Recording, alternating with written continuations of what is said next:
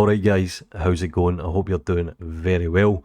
A very brief tutorial from me today, nothing unusual there, but I want to show the W coordinate node, and this is great for putting a gradient on a curve, for example, and it basically samples the length of the curve using the W coordinate node. It comes in handy, but there's a few caveats that you probably want to know about it. But anyway, W coordinate node, and you can directly plug this into the albedo. So I'm going to set this scene up again just to show you what I actually done. So I'm going to add in a curve object. Now I have extra curve objects enabled, which means I can do things like profiles like a helix. So I'll go back into object mode and I'll go to the curve data properties here.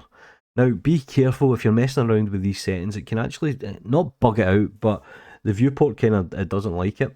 So if you scroll all the way down the bottom here, render is Octane here. And I can change the root thickness and I can change the tip thickness. Hey, so let's put it up like this. Then what I can do is I can quickly jump into the materials, add a material, and I'll drop down a W coordinate node. So something like this. And just to show you how it works, I'll just put the texture straight into the albedo.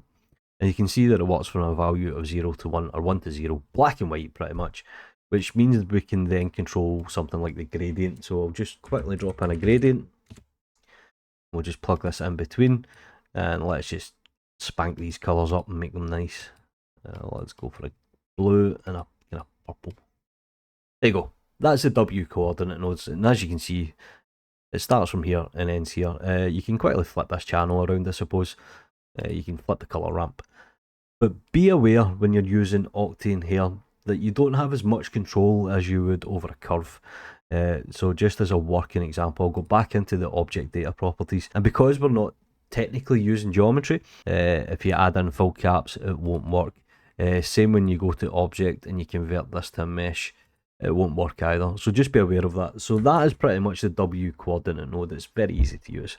Anyway, you know what to do. Take care.